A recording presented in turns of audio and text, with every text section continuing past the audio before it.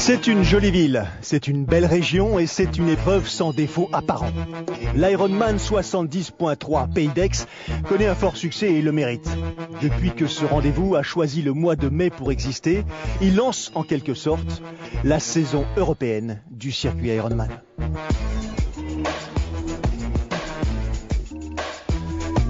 C'est l'effervescence dans les rues provençales. L'épreuve reine n'aura, elle, lieu que le lendemain. Le samedi, ce sont les minots qui prennent possession de la ville et l'ambiance est déjà belle.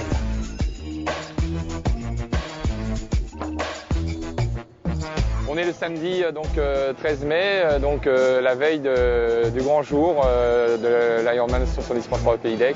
C'est aussi la fête avant la course. Demain, départ à 7h30, départ à Pérols pour 1,9 km de natation, 90 km de vélo autour de la Sainte-Victoire pour arriver à Aix et un semi-marathon dans le cœur d'Aix pour arriver ici en bas derrière moi au niveau de la rotonde.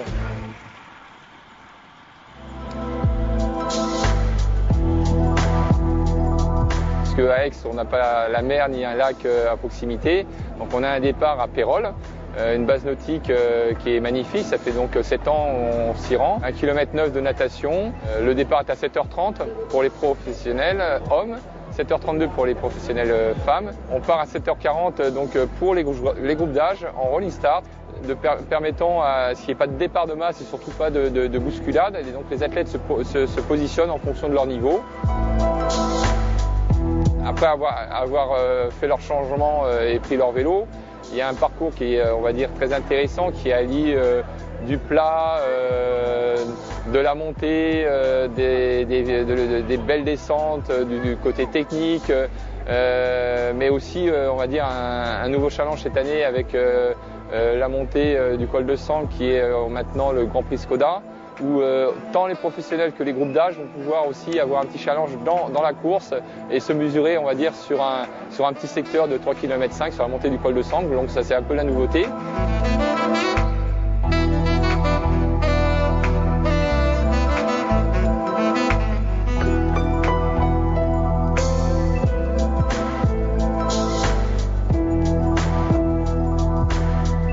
Et enfin, donc, pour arriver au centre-ville d'Aix, et là, donc, transition de nouveau, on met les chaussures et on part pour un semi-marathon qui est tout aussi, on va dire, intéressant, puisque on passe aussi bien les petites rues du centre d'Aix, le cours Mirabeau, la rotonde, mais le parc de la Torse aussi, et on va dire donc toutes les belles rues d'Aix avec des montées, des descentes, un parcours qui est vraiment pas facile du tout. Mais on va dire c'est la carte de visite qui est on va dire maintenant célèbre pour cette reconnaissance au niveau mixité d'un départ à Pérols, un parcours qui est varié, et puis après c'est aussi ce qui fait la différence, c'est le monde qui sera aussi dans le cœur de Aix. C'est quand même pas mal vendu. De la part du patron, on ne pouvait pas l'interrompre. Il vient de récupérer l'organisation des championnats du monde de la même distance, 70.3, à Nice en 2019. Donc, respect. Pour le moment, on se prépare. Le départ est imminent. Les conditions climatiques, pas terribles. Il va y avoir une belle journée, ça s'annonce plutôt bien. On a une belle course en France, donc autant en profiter. On va donner le maximum de nous aujourd'hui. Il y aura la partie natation et puis après le vélo. Pour moi, après la course à pied, ce sera encore incertain. On verra bien la forme et puis si la douleur est toujours là. Gros cycliste, Arnaud Clou. C'est ma première apparition sur une course en France. J'ai hâte d'y être.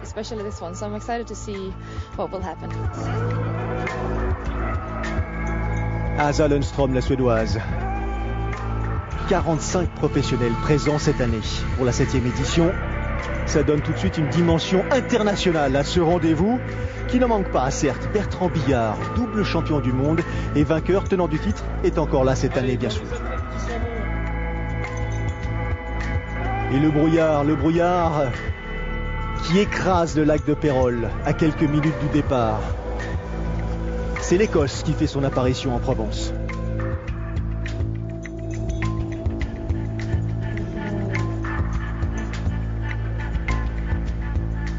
Un peu plus de 2000 inscrits, toutes catégories confondues, et des visages connus, bien sûr. Un peu stressé. C'est sa première année en tant que professionnelle. Manon Genet va bien sûr défendre ses couleurs au milieu d'une vague d'athlètes féminines de belle facture. Comme le disait Yves Cordier, ce sont les pros messieurs d'abord qui s'élancent. 7h30, on va faire trempette dans l'eau du lac de Pérol, situé à une vingtaine de kilomètres, bien sûr, d'Aix-en-Provence. C'est un anniversaire. Cela fait 10 ans maintenant que ce lac artificiel a été créé. Il a pris la place, bien sûr, d'une ancienne carrière. C'est parti donc pour la belle trentaine d'athlètes professionnels. Ce sont des hommes et ce sont bien sûr des professionnels que vous avez l'habitude de croiser sur nos antennes. Des athlètes qui ont pour objectif des championnats du monde, les grosses épreuves de l'été et qui là sont dans le cadre, bien sûr, de leur préparation. Quelques minutes plus tard, autour de ces dames un peu moins nombreuses, mais pour autant, plateau dense et très intéressant que nous détaillerons un tout petit peu plus tard. Plus tard pourquoi? Parce que c'est maintenant l'heure des amateurs, des age groups, comme l'on dit, de se préparer à s'élancer pour cette 7e édition de l'Alpha Ironman ou le 70.3 Pays d'Aix. 1900 mètres de natation et le brouillard qui, comme par magie, s'est tout d'un coup dissipé pour laisser place justement à une visibilité magique. Devant, on connaît les meilleurs nageurs, ils répondent au nom de Robin Pasteur, Julien Pousson. La surprise, c'est plutôt la présence de Bertrand Billard dans les pieds des premiers. Chez ces dames, c'est Emma Bilam que vous avez découverte à Cannes il y a quelques semaines, qui a pris pour l'instant la première position. On est loin d'avoir vécu l'intégralité de cette course. Voici la sortie de l'eau, déjà des plus rapides. Et Robin Pasteur, licencié au club de Montreuil dans le Nord, en termine avec la distance après 22 minutes et 40 secondes. 22 minutes. Derrière, Julien Pousson dans un mouchoir de poche. Bertrand Billard est à simplement 19 secondes du premier. Ça augure une belle bagarre sur le parcours cycliste long de 90 km. Suivent Denis Chevreau, un Français à surveiller, qui s'exporte bien. Denis Chevreau, ses victoires, elles ont eu pour l'instant toutes lieu à l'international. Et puis Van Jarige, un autre Français, Fred Van Lierde est là. Champion du monde Ironman, c'était en 2013. Le voici, le classement provisoire. Après donc cette première épreuve, 1900 mètres de natation, rien n'est fait, les écarts sont très faibles. Chez ces dames, Emma Bilam devant la polonaise Maria Szczesnik, une ancienne du court distance, reconvertie. Nathalie Seymour, une ancienne joueuse de hockey sur gazon, elle aussi reconvertie. On n'oublie pas de mettre les affaires là où il faut, de crainte de prendre une pénalité à vrai dire inutile. Et c'est parti, on va suivre Julien Pousson comme d'autres, le dossard numéro 30. Et c'est celui bien sûr d'Ivan Jarige. Emma Bilam.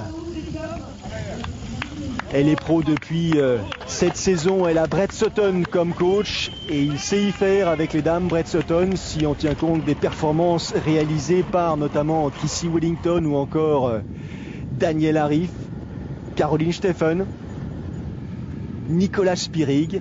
Il y a pas mal de breloques qui soient olympiques ou mondiales qui attirent l'attention de nombre d'athlètes. 2000 inscrits, un peu plus. C'est ce que je vous disais en introduction et tout ce petit monde va sortir tranquillement de cette atmosphère aqueuse pour s'élancer sur un parcours long de 90 km. Pas spécialement difficile mais avec de belles relances. Et puis en point d'or, bien sûr, l'ascension du col de Sangle. Ce sera à hauteur du kilomètre 68. On n'en est pas tout à fait là encore. Allez, on va faire le tour des pros présents. On parlait bien sûr des Français, Billard, Jarige. On a parlé aussi de Kevin Morel, Yann Van Berkel à surveiller, Albert Moreno-Molins, l'Espagnol.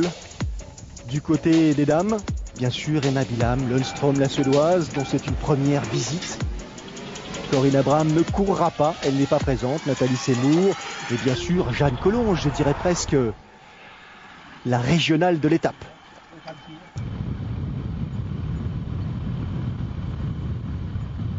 Alors côté favori, sans me prononcer, on a la chance d'avoir Frédéric Van Lierde qui est un immense champion, le vainqueur de l'an dernier, Bertrand Billard, le français, aura à cœur de vouloir effectivement réaliser son exploit. Denis Chevreau, bien sûr, aussi, qui a brillé aussi à l'international. Van Merkel, aujourd'hui, savoir qui pourra l'emporter chez les hommes, c'est un peu compliqué.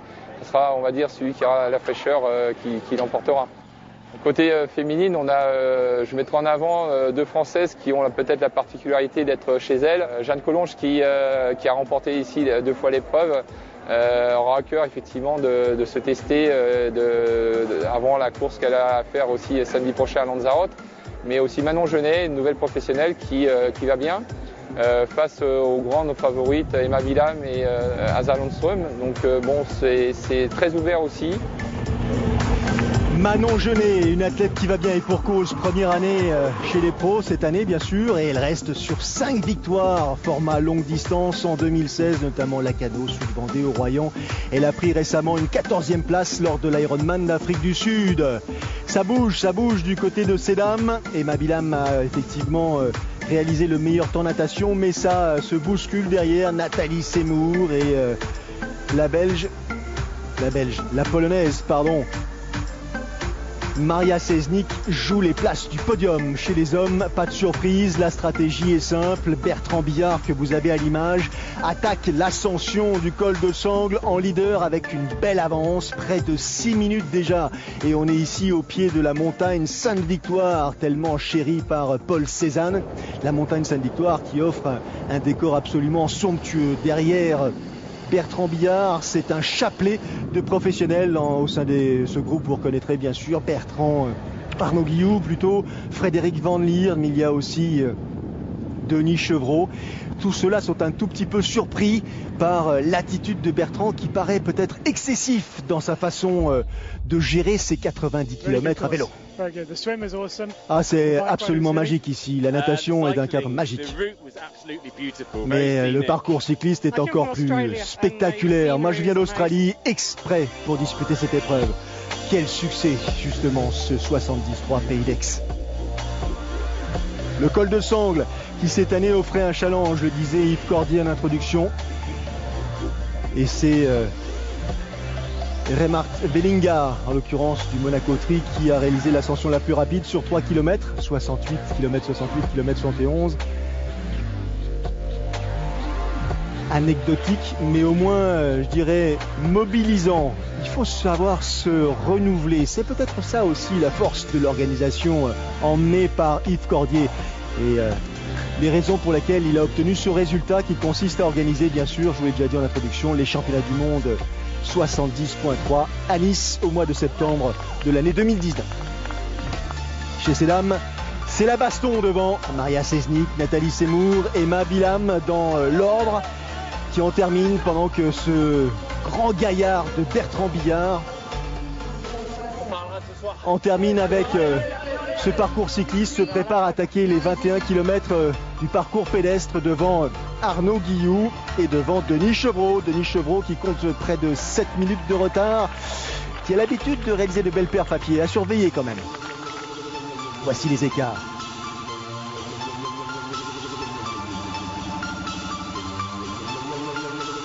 Chez ces dames, Seznik, la polonaise, devant Willam qui décidément est en train de nous surprendre, qui revient au contact. Nathalie Seymour est en 3e position. Frédéric Van Lier est un tout petit peu plus en délicatesse pour ce qui le concerne. Il reste sur un épisode assez difficile. Souvenez-vous, il avait été agressé pendant qu'il était en Afrique du Sud pour disputer l'Ironman du même nom lors d'une journée d'entraînement. Il a fallu s'en remettre. Il est encore sans doute un petit peu choqué, Fred Van Lier, mais il sera présent à Nice pour essayer de gagner une 4e victoire sur ce parcours de l'Ironman qu'il affectionne tant. 1200 bénévoles aux petits soins, attentifs, et un public, des enfants bien sûr, qui surveillent la progression de leur maman, de leur papa, de membres de famille, ou tout simplement qui sont venus apporter leur soutien à tous ces athlètes.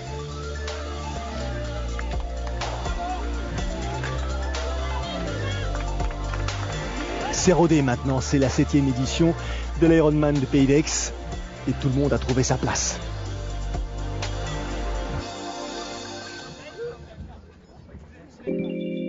Le parc vraiment très beau, c'est vrai qu'on traverse des paysages qui sont vraiment splendides, avec des difficultés quand même qui font mal aux jambes, mais c'est vraiment un beau parcours vélo.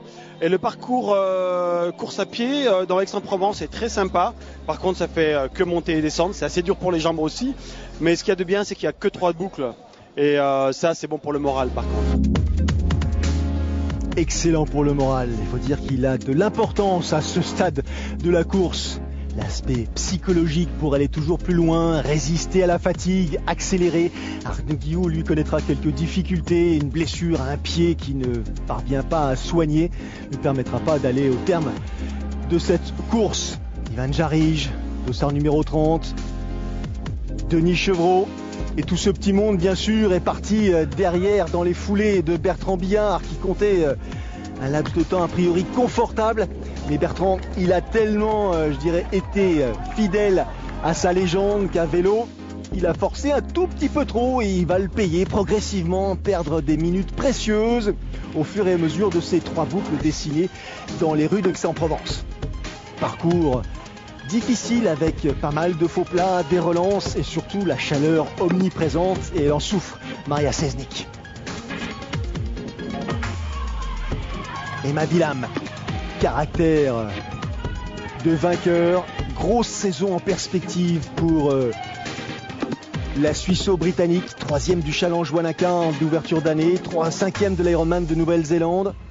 Elle avait commencé par Dubaï au mois de janvier et elle va sans doute aller à l'Alpe d'Huez, faire un saut du côté d'Embrun. Quand on est coaché par Brett Sutton, en général, le programme est assez chargé.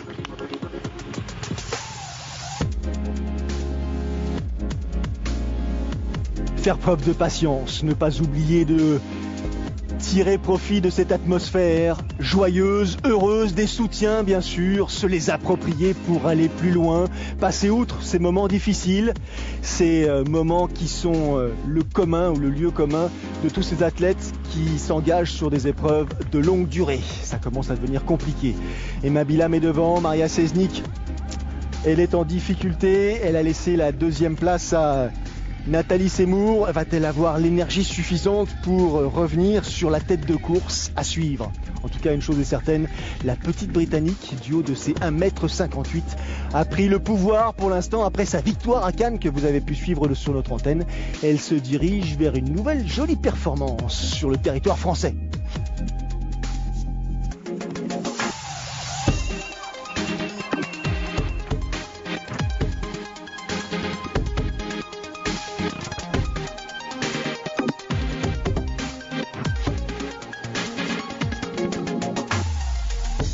Ça commence à coincer en tête de course.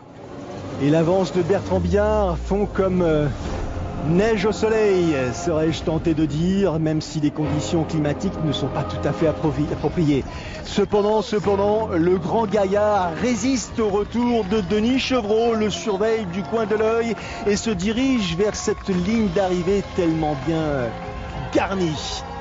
La foulée est plus difficile, un petit regard par-dessus l'épaule pour essayer de profiter de l'instant, de communier en quelque sorte avec le public avant de franchir cette ligne d'arrivée et de signer une 3e victoire ici. Mais attention, Denis Chevreau, lui, il est en train de tout donner pour essayer de passer devant Bertrand Billard à l'occasion de cette ultime accélération. Peine perdue, mais ça s'est joué un peu. La victoire pour Bertrand Billard, 2 petites secondes devant Denis Chevreau, la 3e place, jolie, 3e place pour Frédéric Van Lier, à plus de 4 minutes tout de même.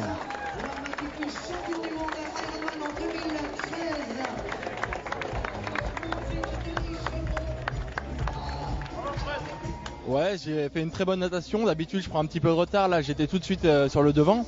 Et j'ai fait, tactiquement, j'ai bien joué à la première transition. J'ai fait une transition très rapide et je suis parti à début vélo à bloc.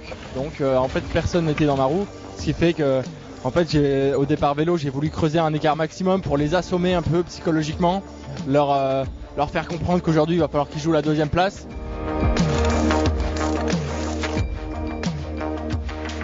Je pose le vélo avec 6 minutes d'avance. C'est une avance qui est vraiment importante. Normalement, en gérant bien, personne ne peut revenir. Sauf que j'ai vu une hypoglycémie sur la fin de la course à pied. C'est un petit peu les risques de faire un vélo un peu au-dessus de mes moyens. Donc je l'ai payé sur la fin, mais c'est pas cette justesse, donc je suis content. C'est vrai que je m'étais retourné à 300 mètres de la ligne et il était à un bon 100 mètres. Donc voilà, la course, j'ai déroulé un peu, je commençais à apprécier, taper dans les mains. Sauf que derrière moi, j'avais un Denis Chevreau qui avait faim, quoi, tout simplement, il avait envie de gagner. J'étais vraiment au bout du rouleau les 6-7 derniers kilomètres et à la fin, voilà, dans les 500 derniers mètres, je commençais un petit peu à relâcher et à vouloir en profiter. Et c'est vrai que il y avait très peu de marge pour gagner aujourd'hui.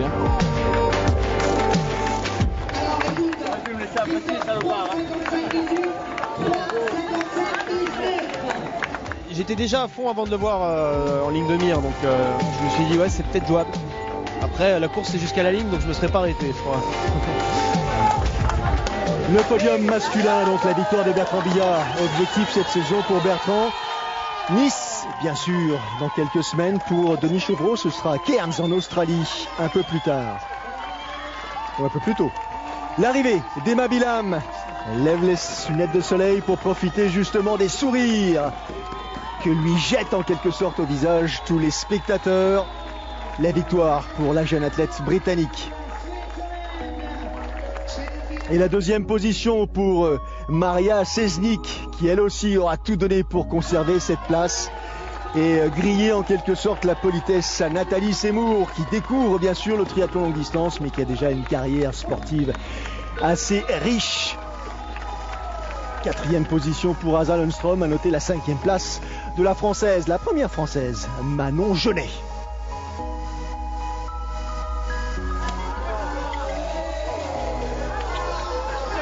Départ, et juste avant le départ, il y a le soleil qui s'est levé, il y a le brouillard qui est parti, c'était magnifique sur le lac. Et je suis partie à fond et j'ai eu la surprise de me retrouver toute seule devant dans l'eau et voilà, ça m'a boosté un petit peu au niveau du moral et je suis partie sur le vélo. Je savais que ça allait revenir un peu derrière parce que c'était plat et j'ai pas des grosses cuisses, donc effectivement ça n'a pas manqué. Au 40e, il y a les deux filles qui ont fini avec moi sur le podium là qui sont revenues. J'ai essayé de limiter la casse, c'est vrai qu'elle roulait plus fort que moi sur le plat, je les reprenais un peu sur les descentes et mes jambes étaient là pour la course à pied, donc non, j'étais contente. Mais les paysages sont juste magnifiques, les routes sont belles, le parcours est sécurisé, franchement on est gâtés. Les classements, vous les connaissez, les écarts, les voici. Et la 5e place de Manon Jeunet. Pour ce qui concerne Jeanne Collonges, déjà vainqueur ici à 2 reprises. Elle termine en 7e position. Objectif pour Jeanne, c'est l'Ironman de Lanzarote qui entre-temps s'est disputé et que bien sûr, vous allez pouvoir suivre sur l'antenne de Canal+ Sport dès le 2 juin. Un large résumé comme on aime le proposer pour cette épreuve exceptionnelle courue au milieu des décors absolument magnifiques. Pour ce qui concerne l'actualité des champions, Bertrand Billard, après cette belle victoire ici à Aix-en-Provence, a enchaîné avec l'Half Ironman de Barcelone quelques jours plus tard, donc une petite semaine où il a pris une superbe 5e position, sans doute quelques cuisses un peu douloureuses. La victoire, c'était à Barcelone pour Yann Frodeno et tous ces athlètes amateurs dont on ne parle jamais suffisamment, qui ont préparé depuis des semaines cette échéance et qui là, au moment de franchir la ligne d'arrivée, laisse en quelque sorte sortir toute cette quantité d'émotions accumulées depuis longtemps. Ils ont vécu cette épreuve en profitant, j'espère, de ces décors magiques, de ce plan d'eau calme, de cette montagne Sainte-Victoire et de toutes ces rues et ruelles d'Aix-en-Provence, au sein duquel un public nombreux a pris place pour soutenir tous les profils. Pour ce qui nous concerne, sur Canal+ Sport, la prochaine épreuve, ce sera bien sûr Lanzarote, comme je vous le disais, et puis il y aura l'Alpsman, il y aura bien sûr le triathlon longue distance de l'Alpe d'Huez et d'autres belles épreuves pour ponctuer toute cette saison 2017 de triathlon longue distance. Pas de représentants de la grosse team triathlon ici à Aix pour l'occasion, mais des cousins en quelque sorte, et une dédicace amicale à Antoine et Benjamin qui ont réalisé 2 belles perfs. Moins de 6 heures et un tout petit peu plus de 6 heures pour le deuxième. N'oubliez pas, championnat du monde, Half Ironman, 8 septembre 2019 à Nice. Auparavant, une course l'année précédente aura été organisée pour que justement tout le monde se rôde. Nous serons présents, nous aussi. Ciao.